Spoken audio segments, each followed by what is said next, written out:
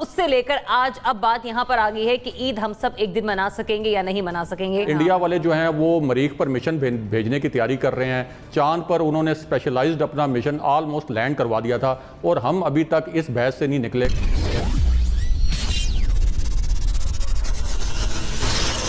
नमस्कार दोस्तों, आपका अपने YouTube चैनल हिंदुस्तान स्पेशल में बहुत स्वागत। पाकिस्तान में इस बार 3 ईदें मनाई जा रही हैं। अपनी अपनी डफली अपना अपना राग जैसी बात हो रही है।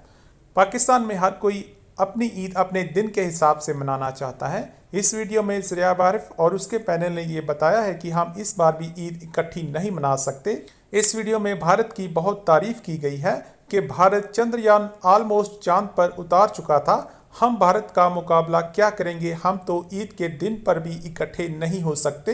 तो चलिए दोस्तों, आज की वीडियो की तरफ चलते हैं। इस बार भी कुछ ऐसा ही है। फवाद चौधरी साहब कहते हैं ईद 24 को होगी, महकमा मौसमियात 25 का बता रहा है और मुफ्ती मुनीबुर रहमान बहुत पहले ही महकमा मौसमियात को रोहित के हवाले से ऐलान ना करने के बारे में खबरदार कर चुके हैं। तो फिर आखिर हम अवाम ईद किस रोज मना रहे हैं? तो ऐसे में ईद उल फितर का मामला आप सबके सामने है। क्या इस बार पूरी कौम एक दिन मना सकेगी? ये एक सवालिया निशान है। नासिर चौथाई साहब, starting with you.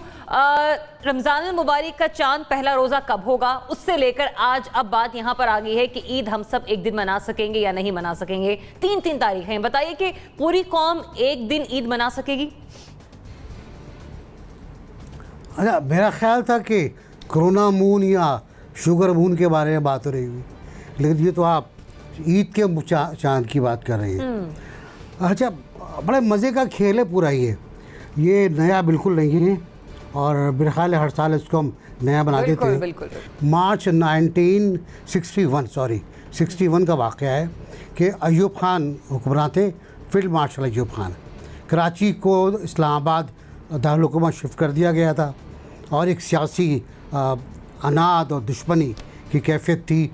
Maulana Ehtesham Thanvi Ruyat Hilal committee के चेयरमैन थे और उन्होंने ऐलान करा दिया रेडियो से अयूब खान ने कि कल ईद है। जिसके बाद रात को 12 बजे, मुझे लिखा हुआ उसके ऊपर कि रात को 12 बजे हमें फतवा मिला छोटी छोटी पर्चियों पर कि कल ईद नहीं है, नमाज नहीं होगी। वहाँ हम लोग रहा करते थे। तो ये तो मुझे याद है कि हम बचपन में जेल की जो दीवार थी उस पर जाके बैठ गए थे। वहाँ ईद की नमाज़ सरकारी हो रही थी और बड़ी मुश्किल से मौलवी मिला था। उस मौलवी को लाके नमाज़ पढ़ानी शुरू की तो जैसे ही वो सजदे में गया मौलवी अपनी चप्पलें जरूर उठा के भाग गया। नमाज़ पूरी नहीं की उसने, क्योंकि फतवा आ चुका था कि ईद आज नहीं है। तो ये हमारे होते रहते तमाशे। ये होने दें, इसको होने दें। आप 2 पार्टी की बात कर रही हैं, अब 3 पार्टियाँ हो गई हैं। अब तो फवाद चौधरी साहब भी आ गए। तो मेरा ख्याल है बना देंगे, जिसको जो चाहे ईद बना ले। कोई शक्कर की ईद बना ले, कोई कोरोना की ईद बना ले, कोई फवाद चौधरी की बना ले, कोई मुनीबुर रहमान की बना ले। इब्राहिम, मुफ्ती साहब ने तो महकमा मौसमियात को भी खबरदार किया कि वो चांद की रोज का ऐलान ना करें।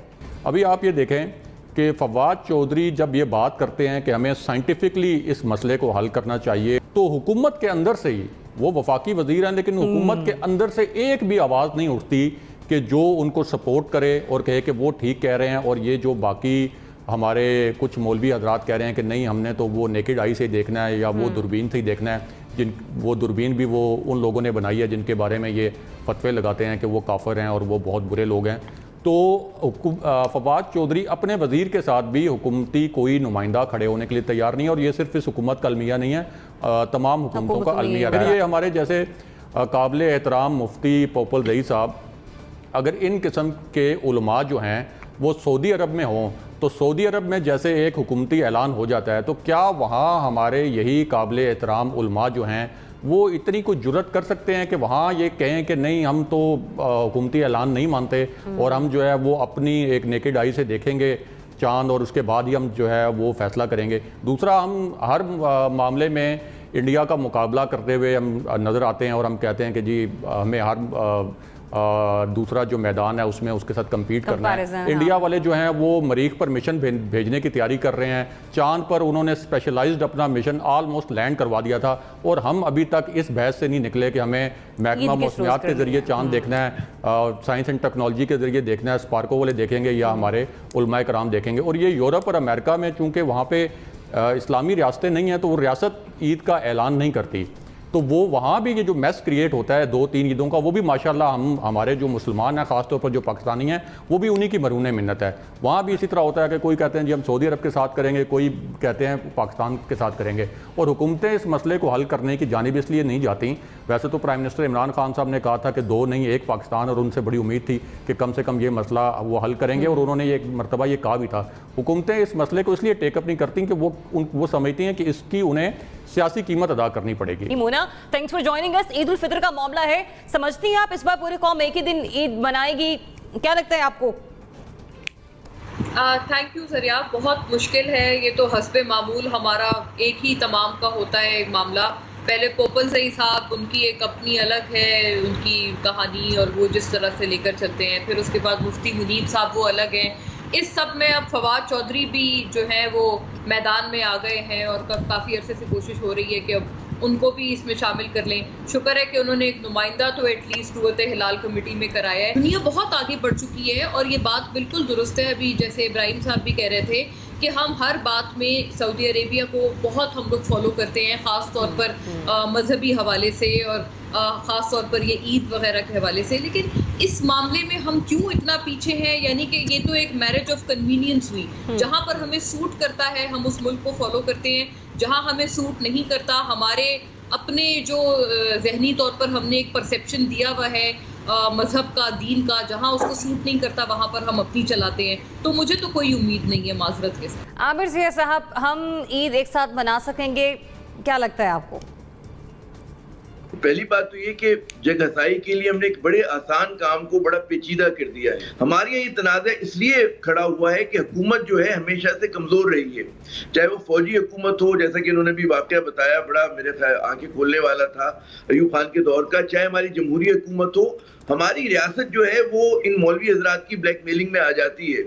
और ये मतलब है, अगर मुनीब साहब से पूछा जाए कि जी आपको महकमे मौसमियात पर एतबार नहीं है और वजारत साइंस और टेक्नोलॉजी पर एतबार नहीं, तो इतनी बड़ी दूरबीन क्यों इस्तेमाल करते हैं? क्योंकि उस जमाने में तो दूरबीन नहीं हुआ करती थी। तो आप दूरबीन भी इस्तेमाल ना करें, आप लाउड स्पीकर भी इस्तेमाल ना करें, जो भी आप जदीद चीजें, चश्मा आप लगाते हैं, घड़ी हाथ में पहनते हैं, किसी चीज की जरूरत नहीं है। फिर तो ये छोटे मोटे मौलवी जो बैठ के इधर उधर करते रहेंगे, ये करते रहेंगे। इनकी जो ईद है, इन्होंने तो हमेशा तफरुका पैदा किया है, लोगों को मुत्तहिद करने की जगह तकसीम किया है। नजर उम्मीद साहब, मुफ्ती मुनीबुर रहमान साहब की ऐनक या फवाद चौधरी साहब के साइंस, हम दोनों के साथ ही ईद मना रहे हैं एक ही दिन? देखिए, मुझे तो जो माजी का है दस्तूर उसके मुताबिक तो एक दिन नहीं होती ईद।